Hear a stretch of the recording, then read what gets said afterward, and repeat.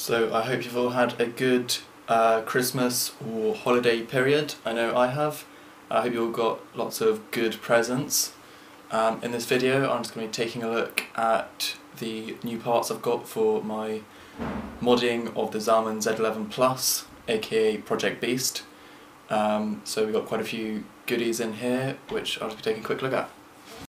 So before we get on to any of the actual modding, we're going to start by unboxing all of these good things, starting with the Phobia Molex extractor kit.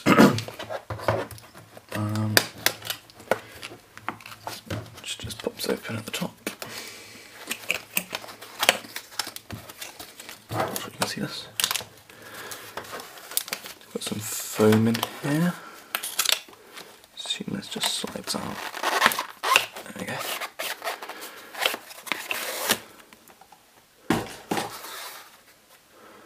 So we have our Molex, our 4-pin, I can't remember what that one is, and our ATX.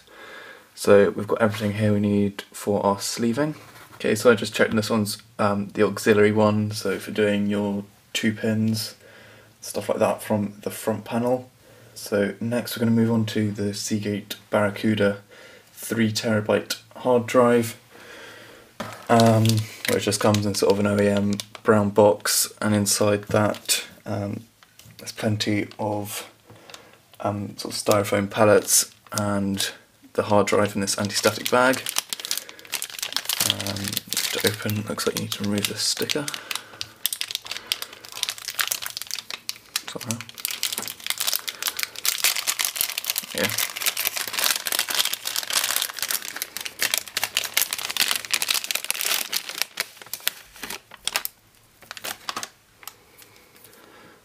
So there we go. Got Seagate Barracuda 3TB, and that'll be used for storing all my media and some programs. So now we come on to the Silverstone 120mm fan grill filter thingamajiggy, which will just stop any dust coming in. A simple plastic bag. In there we get our filter, which has the Silverstone logo on it, and a nice honeycomb effect, as well as the honeycomb, and there's a fine mesh behind it, just to stop any dust. We also get 4 mounting screws for that, which is good. Next up are the Spectre Pros.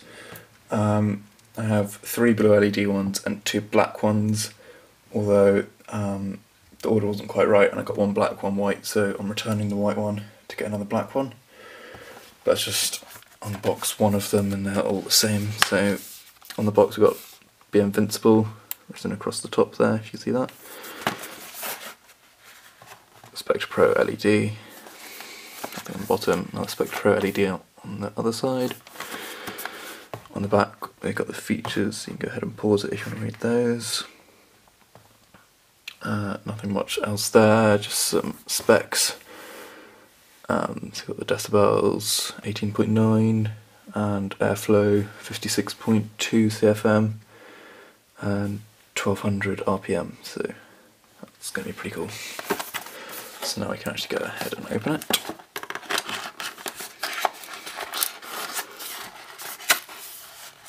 I should have taken that off either side. Whatever. Okay, so we've got plenty of cables in here. Let's go ahead and pop that down. Got this, which is for the LED controller, which you can get from Bitfenix, which allows you to turn the LEDs on your fans on and off. And then there's just a connector on the fan itself, and then you just run that to the controller if you want to use that, but if you don't, then you just leave that to one side. Then we've got an undervolt cable,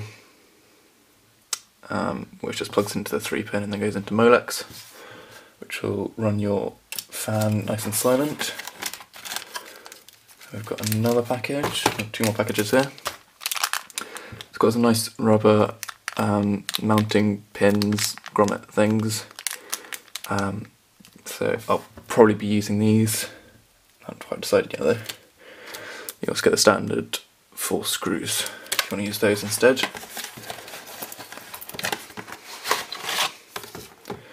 We get the fan itself. So we got this sort of black smoked acrylic around the outside, blue clear acrylic around the edges, and then a black smoked fan with LEDs in all the corners, as you'd expect from an LED fan, and then the nice Bitfinex logo in the middle of the fan.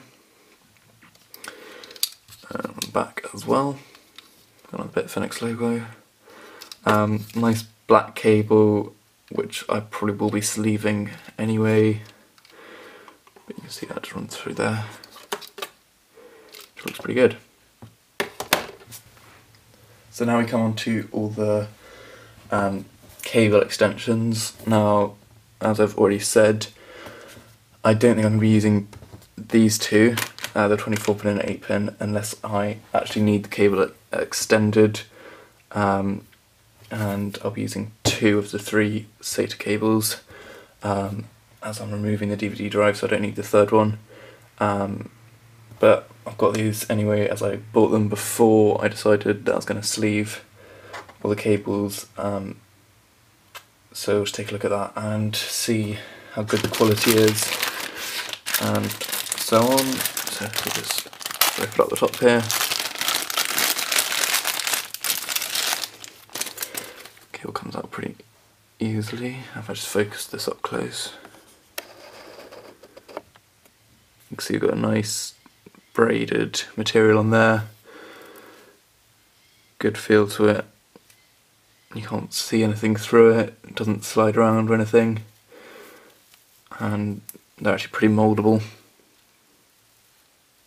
There you go, you can see that there.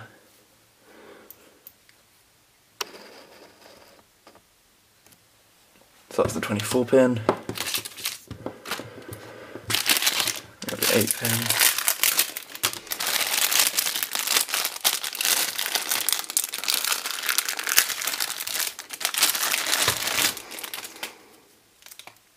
Again, fairly similar. Nice, good quality cable extensions. If you are going down the if you are going down the extension route, then Bitfinex is definitely the company that I would recommend. They have had complaints about their SATA cables being too short.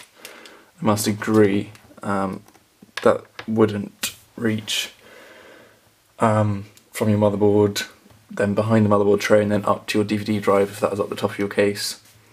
But I'm not going to be using my DVD drive, so that's not really a problem for me. So that's the Bitfinex cable extensions.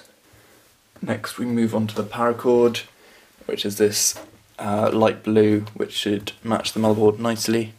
I'm not actually going to take this out of the package because it's just going to end up going everywhere.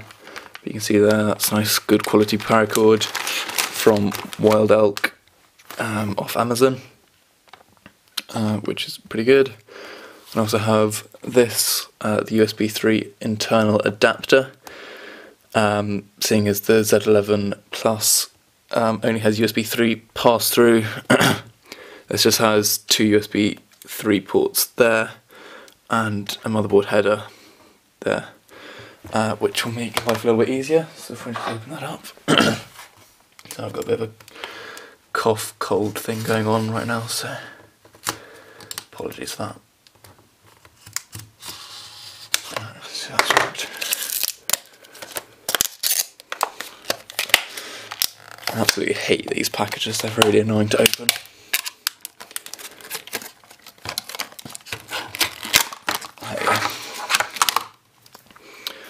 So that's not very long. Hopefully that's going to be long enough to reach behind the motherboard.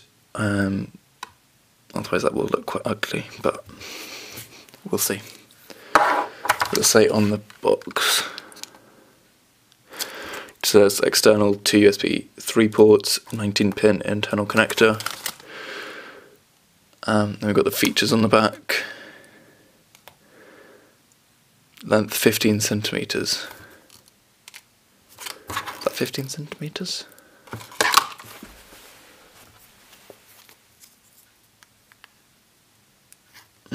Yes, maybe. Okay. That's good. That's now all of the small items unboxed, and we can get into some modding.